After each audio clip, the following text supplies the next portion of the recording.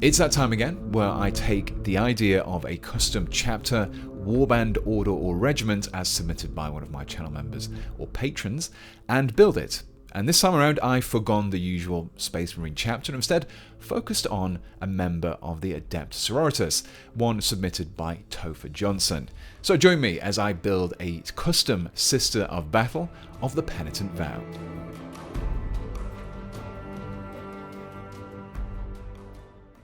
But first, let's hear from the sponsors of this video, Exter. Now, if you're anything like me, then your wallet probably looks like that. I put everything in there. It's big, it's bulky, and wholly unnecessary, which is where Exter comes in. Their wallets are slimline with a minimalist design, but still have enough capacity to carry all the cards you'd need in your day-to-day. Plus, there's an elasticated strap to hold your cash, and even a scanner-friendly back pocket to make traveling on public transport even easier. But if you're looking for something even more slimline, then there is the Exter card holder. Often when I'm just nipping out to the shop or to get some food, I probably only need my ID and a couple of cards, which means the card holder is perfect for me. It's made from aluminium, making it both lightweight and sturdy, and is available in a range of styles to suit your own personality. It also comes with an expandable RFID blocking plate that protects you from wireless pickpockets and also offers room for 6 extra cards. The best feature of both of these wallets though is their instant access card ejection features. The cards are nicely fanned out at the press of a button, which makes fumbling for that card you need a thing of the past. I've been really enjoying using this card holder, and in the past couple of weeks I've switched to using it entirely. But that's not all Exter has to offer. The Finder card is an ultra-slim rechargeable tracking device that works with Apple's Find My service. It's the size of a credit card and is trackable globally through the Find My app. Or if you're not quite sure where you've left your wallet in the house, you can simply call it. So, if you'd like to check out Exter for yourself, well, they're currently having a summer sale where you can get 25% off between the 8th of July and the 21st of August, and you can use my code WARGAMER for even more savings. Simply follow the link in the description and the comments below and check out their full range of wallets, bags, and accessories for yourself. Now, while you watch me clip away and clean up some of the parts of a regular sister, let me give you a brief overview of Topher Johnson's Penitent Vow. They are an offshoot of the Order of Our Martyred Lady. However, they feel that the Age of Apostasy was the fault of the Sisterhood and believe that they have not yet atoned for this failure. As such, most of the Order have taken an oath of repentance, and even those that don't take to the battlefield as full-blown repentia still fight with the zeal afforded by their self-imposed penance. Now, to actually represent these overzealous Sisters of Battle in miniature form, I began by removing the right shoulder pad from the armour.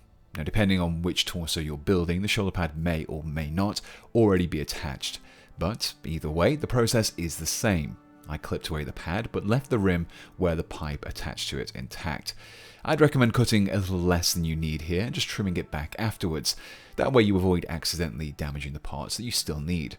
Once I'd removed and cleaned up the pad, what was left was glued to the torso. The actual reason for me doing this was so that I could attach an arco-flagellant arm instead. My intention here was to give the model the appearance of being essentially a repentia with armour and weaponry other than eviscerators. So, with that in mind, I settled on this bionic lash arm. My reasoning being that the sister had lost her arm and had it replaced with something that would allow her to wreak even more destruction on her enemies. After comparing the arm, trimming it down and repeating several more times, I was finally left with a good bond, and along with a pistol-wielding left arm, I glued the whip arm to the torso. For the head, things were much more straightforward. I simply took a head from the repentia and glued it to the armoured torso. Now, depending on which head you use here, it may require a little trimming to get a good fit. This particular head allowed me to demonstrate that penitent aspect of this order, but there are still a few good heads in the base Sisters of Battle kit that I could have used here as well. For the next modification, I moved away from the Sisters of Battle range and into another favourite of mine, the Flagellant kit from Age of Sigmar. As the Penitent Vow and the Flagellants are conceptually the same, their parts worked well for representing that Penitent Vow. I began with one of the panels and decided to mount it to the Sisters Power Pack. I first glued the support pole to it before clipping and trimming it down to just above the hand. To make my job of joining this narrow pole to the pack a little easier, I opted to pin it. To begin, I drilled a 1mm hole into the base of the pole and then to the top of the pack. A length of 1mm steel wire was superglued into it and then clipped so just a few millimeters were left protruding. Now, I'd inadvertently made a mistake here, which I didn't notice until I'd attached the pole to the backpack. It was much too tall. So my task was to clip down the pole, re-drill a hole, clip away the hanging parts, and reattach everything once again. I was left with a much less top-heavy looking model. By this stage, I'd completed the bulk of the model, and all that was left to do was to lean even further into that zealous aspect with a few more extra details. The first of these was quite simple. I just attached several purity seals that I'd sourced from various Space Marine and Sister of Battle kits. For the next detail, I crossed gaming systems once again and grabbed this small bundle of shields and trinkets from the House Corridor kit. It needed a little trimming and adjustment to fit, but once it was sitting properly, I glued it to the waist. And finally, before I moved on to the painting, I glued a few Citadel skulls to the base. These were clipped down so that I could create the effect of them being sunken into the ground. But before I go on, if you're enjoying this video so far, then please do leave me a like and maybe subscribe too. That way you won't miss any of my future videos. Now, onto that primer. As Topher said that the Penitent Vow wears dark grey armour, I decided to start out with some of the Colourforge's Raven Black primer. It's a little lighter than pure black and so worked as a good starting point. From here, my painting followed the same basic pipeline of base coat, highlight, and extreme highlight, with each colour being completed before moving on to the next. My first step was the armour itself, and while the primer was a good start, I decided to give everything a slightly diluted base coat of Dungeonstone Grey from the 2 thin coats range. I left the darker Raven Black still visible in the recessed areas, and focused my attention mainly to the more exposed points. The edges of the armour were then lined with some Wizard Grey. This highlight helped me to emphasise the details and add a little depth to the model. This effect was then furthered with a few small spots of Carcharadon Grey. I focused these onto the sharper points of the edges, things like corners and individual rivets. My next area of focus was the cloth tabard. The Penitent Vow wears white cloth, but as I was going for a slightly grimier look, I opted for more of a stained off-white. For this base coat, I applied a couple of thin layers of Wasteland Brown. In a similar way to the earlier layer of Dungeonstone Grey over the armour, I painted on some Griffon Claw and left the darker Wasteland Brown visible in the recesses. Again, the key for this step is to apply many thin layers to steadily build up the gradients. The highlights were much more straightforward though. I started out with Ivory Tusk, and then applied a few small spots of Trooper White over the sharper points. To paint the various leather details such as the bolter's holster, the gloves and the straps, I started out with some Druid Flesh, which I followed with an edge highlight of Paladin Flesh, and then some small spots of Bard Skin. The wood of the Flagellant's board was then base coated with Scorched Earth, which I then proceeded to highlight with some Ancient Forest, along with some Wasteland Brown. To paint the actual parchment on the board, I gave it a base coat of Dragon Fang. The yellow stained parchment effect was then furthered with a highlight of Skeleton Legion, before I sharpened up those damaged edges with some Vampire Fang. To help give the parchment of the various purity seals a little variation from the parchment on the board, I opted to paint the paper with more of a greyish tone.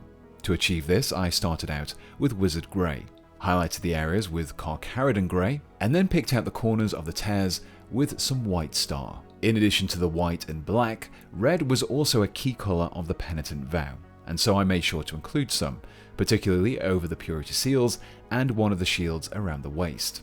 For these areas, I began with a base coat of Berserker Red. I followed these up with a highlight of Sanguine Scarlet, and a few small spots of Demon Red before I moved on to the metallics. For these particular details, I opted to start out with Dwarven Iron. This gave me a much darker metal appearance, which helped to feed into that grim dark light appearance that I was trying to recreate. These metallic details were then followed by a single highlight of plate armor. My final area to base coat now was the exposed skin across the face and the head.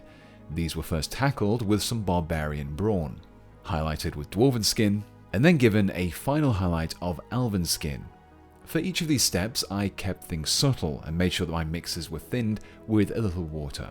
To add just that extra bit of detail, I then applied a very thin layer of Berserker Red across the scars on the left side of the face and the bionics on the arm. This just helped to emphasize those particular details. With the base coats complete, what was left were a few steps that you may already be familiar with if you've watched my vehicle guides: decals and weathering. I wanted some text and iconography on the parchment board, and as I didn't want to freehand them, I decided to apply a decal instead. But first, to create a better surface to apply a transfer to, I airbrushed a small amount of gloss varnish across it. Once the varnish had dried, I cut out a fleur-de-lis and some text from a Scissors of Battle decal sheet, soaked it in some water, and once it was starting to loosen, I carefully teased the transfer onto the model using a damp brush. With the decals in place and dried, I then applied some microsol over them. It's basically a softener which helps the transfer to adhere and conform to the curved surface that I place it on. I did this a couple of times and allowed each application to dry fully. Then, to help seal it in place, I sprayed a little matte varnish over the top. But I wasn't quite done with it just yet. To help create a slightly faded appearance to the transfer, I took some Skeleton Legion, watered it down a little, and applied a thin layer over the top. This helped to reduce the contrast of the markings and left me with more of a weathered and faded appearance. Speaking of weathering, my next step was to apply a few washes. I began with Battle Mud Wash and applied this directly into the recesses of the metal, paper, and cloth details of the model. The brown tone of the wash gave me this dirty, grimier effect that also darkened down the recesses and helped to enhance the details even further. The same was done for the next wash of Oblivion Black. This time though, my focus was over the darker details such as the leather and the armour itself. All that was left to do now was to paint the base. The skulls and concrete had already been painted during the earlier parchment steps, but I filled in the space around them with some dark earth texture paste. I gave the paste a chance to dry overnight before darkening down its recesses with some Oblivion Black wash. I followed this with a light dry brush of Field Grey to pick out the texture of the paste. The rim of the base was then cleaned up with some Doom Death Black. And finally, everything was sealed in with a coat of matte varnish, which left me with this.